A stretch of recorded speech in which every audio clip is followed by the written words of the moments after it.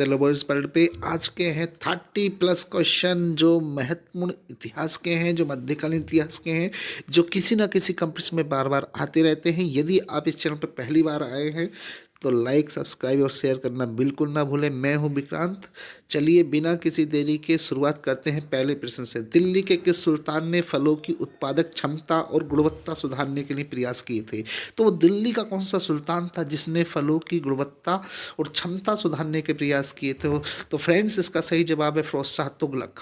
आपको पता होगा फिरोज शाह तुगलक तुगलक वंश का एक महत्वपूर्ण शासक था। ओके फ्रेंड्स, तो option A is the right answer हो जाएगा। चलिए नेक्स्ट क्वेश्चन देखते हैं। टोपरा तथा मेरठ से 2 अशोक स्तंभ लेख दिल्ली कौन लाया था? यानी टोपरा और मेरठ से 2 अशोक स्तंभ लेख जो दिल्ली लाने का प्रयास किया है उसका नाम है फिरोज शाह तुगलक। यानी फिरोज शाह तुगलक जो है टोपरा तथा मेरठ से 2 अशोक स्तंभ लाने का प्रयास किया। एक चीज़ और बता दूं फ्रेंड्स, फिरोज शाह तुगलक दिल्ली सल्तनत का एकमात्र ऐसा सुल्तान है जिसने अपनी आत्मकथा भी लिखी है, यानी अपनी ऑटोबायोग्राफी लिखी है। इसके अलावा दिल्ली सल्तनत के अंदर कोई भी सुल्तान आपको ऐसा नहीं मिलेगा जिसने अपनी आत्मकथा लिखी हो। ओके फ्रेंड्स, चलिए तो option B is the right answer हो जाएगा। क्वेश्चन नंबर 3 पे चलते हैं।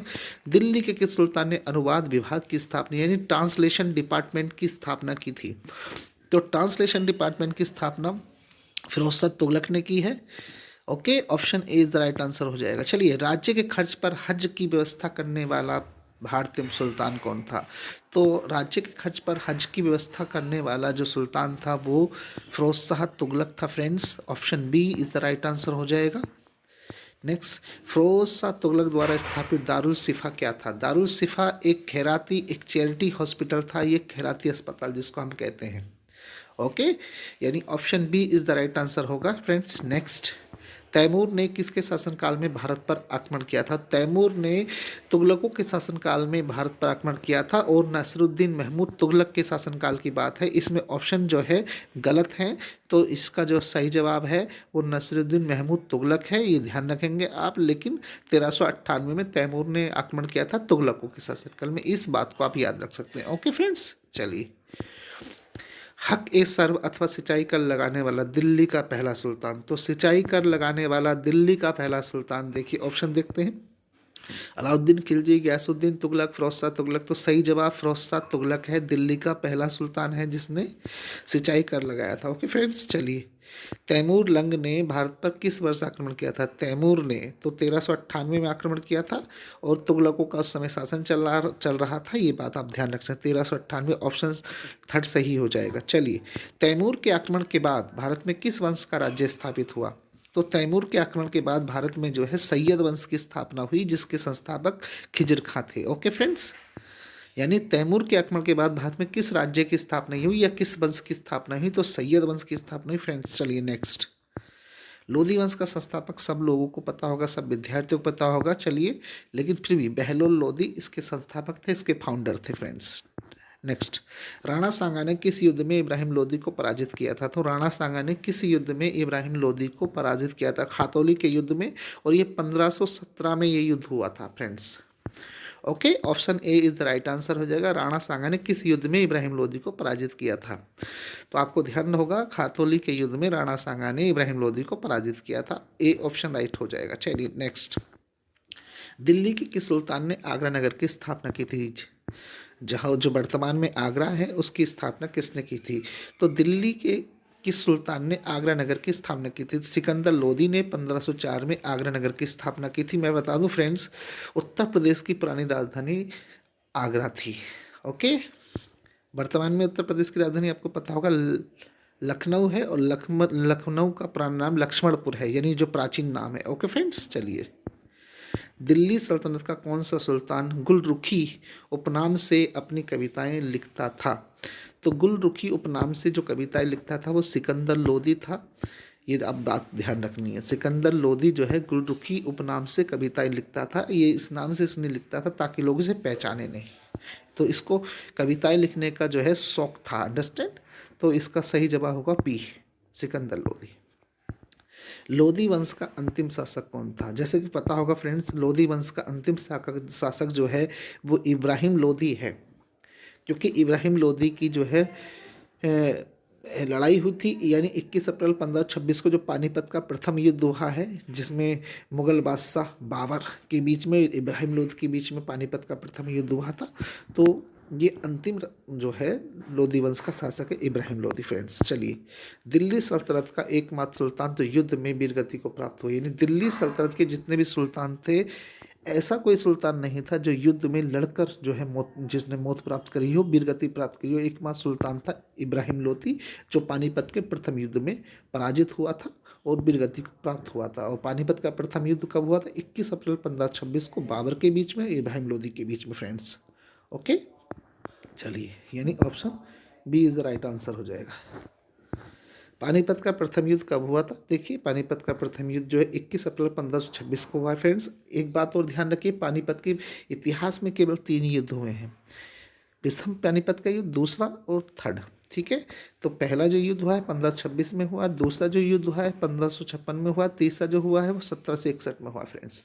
ओके, ये ध्यान रखने वाली बातें हैं कि पहला 1526, दूसरा 1556 और तीसरा 1761। ओके फ्रेंड्स, चलिए दूसरा युद्ध जो हुआ था वो आप पढ़ेंगे, जब हेमू, विक्रमादित्य और अकबर की सेना के बीच में, अकबर के बीच में हुआ था, आप ये कह सकते हैं चाहे तो। और जो जो थर्ड है वो 1761 में पानीपत का युद्ध हुआ है, वो अहमद शाह अब्दाली और मराठों के बीच में हुआ।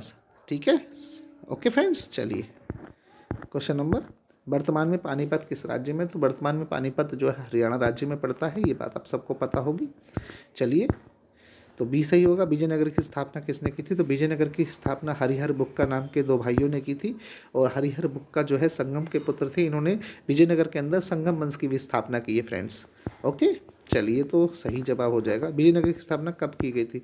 तो विजयनगर की स्थापना 1336 में की गई थी। ये बात भी आप ध्यान रख सकते हैं। Option A is the right answer हो जाएगा। कृष्णदेवराय के दरबार में अष्टदिग्गज कौन थे? तो कृष्णदेवराय के दरबार में जो अष्टदिग्गज थे वो 8 तेलुगु कवि थे, जो कृष्णदेवराय के दरबार में रहते थे। ओके, और कृष्णदेवराय को आंध्र भोज के नाम से भी जाना जाता है। विजयनगर के किस राजा को आंध्र भोज के नाम से जाना जाता है? देखिए, अगला प्रश्न तो कृष्णदेवराय इसका राइट ऑप्शन हो जाएगा। नेक्स्ट, फारसी यात्री अब्दुल रज्जाक भारत में किस राजा के शासनकाल में भारत आया था? तो फारसी यात्री अब्दुल रज्जाक भारत में जब आए थे तो उस समय देवराय द्वितीय का शासन चल रहा था फ्रेंड्स। तो option B is the right answer.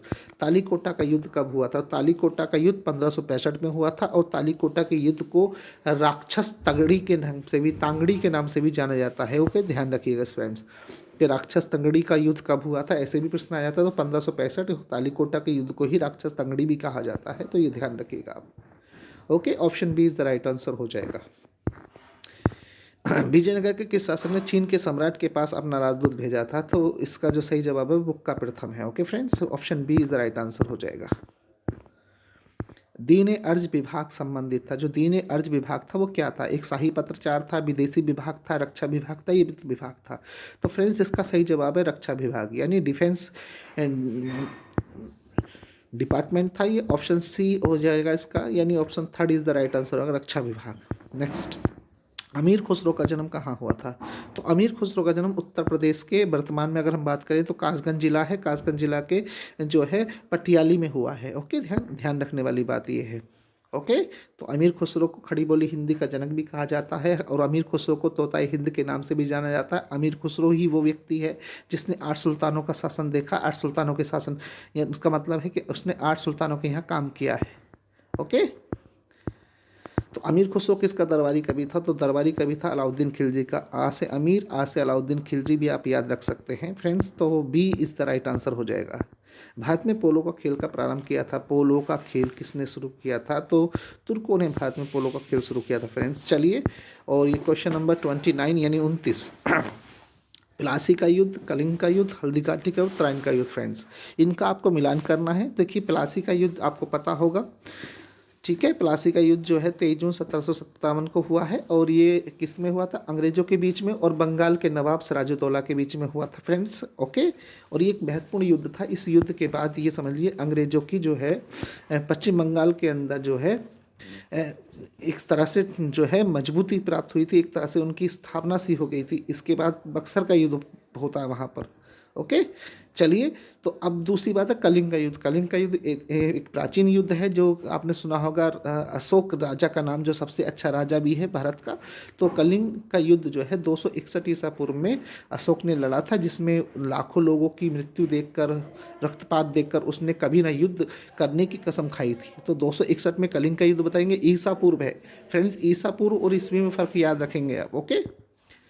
तो ईसा पूर्व को क्या करना होता है, वर्तमान की डेट में प्लस करना होता है, और ईस्वी को वर्तमान की डेट से माइनस करना होता है, जिससे कि आपको एक्यूरेट डेट पता चल सके फ्रेंड्स, ओके। चलिए, और हल्दी घाटी का युद्ध 1576 में हुआ है फ्रेंड्स, ओके। महाराणा प्रताप और अकबर की सेना के बीच में ये युद्ध हुआ था, ये ध्यान रखने वाली बात है। और इसमें महाराणा प्रताप जो है हारे नहीं थे इस युद्ध को, अनिर्णित टाई युद्ध है ये। और तराइन का जो युद्ध है, तराइन के दो युद्ध हुए हैं, एक तो 1191 और दूसरा 1192। तो इस तरह से आप ऑप्शनों को मिलान कर सकते हैं फ्रेंड्स, ठीक है। चलिए, तो मेरी बात को दोबारा सुनिए। प्लासी का युद्ध 1757 बताना है, कलिंग का 261 ईसा पूर्व में बताना है, हल्दी घाटी का युद्ध 1576 ईस्वी में बताना है, तराइन का पहला युद्ध 1191, दूसरा युद्ध 1192। ओके फ्रेंड्स, मैं समझता हूँ आपकी बात समझ में आ गई होगी। चलिए नेक्स्ट क्वेश्चन पे चलते हैं। जौनपुर नगर की स्थापना किसकी याद में की गई? तो जौनपुर नगर की जो स्थापना है जूना खां यानी मोहम्मद बिन तुगलक की याद में फिरोज शाह तुगलक ने की थी। ओके, मैंने बताया होगा कि फिरोज शाह तुगलक और मोहम्मद बिन तुगलक आपस में चचेरे तहेरे भाई थे, तो उसकी याद में की गई थी। और जौनपुर को ही पूरब का सिराज भी कहा जाता है फ्रेंड्स। यदि आप इस चैनल पर पहली बार हैं तो लाइक शेयर एंड सब्सक्राइब करना ना भूलें।